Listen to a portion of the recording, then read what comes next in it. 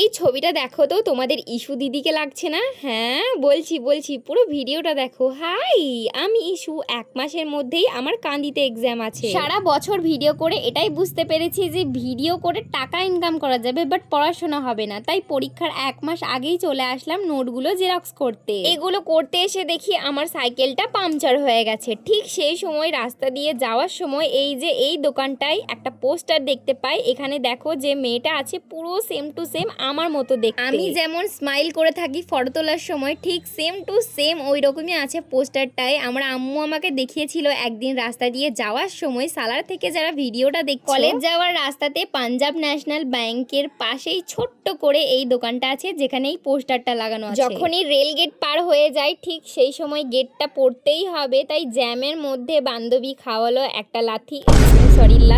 তারপর গেলাম বইয়ের দোকানে একটা বই কিনতে, বাট সেটা পেলাম কিছু করার নেই। তাই চলে গেলাম পঞ্চায়েতে। ওখানে আয়ুষ্মান কার্ডের জন্য কেওয়াইসি করতে হবে। আমারটা হয়ে গেছিল, তবে আমার দাদিরটা হয়নি, যার কারণে আমাকে আবার আসতে হয়েছিল।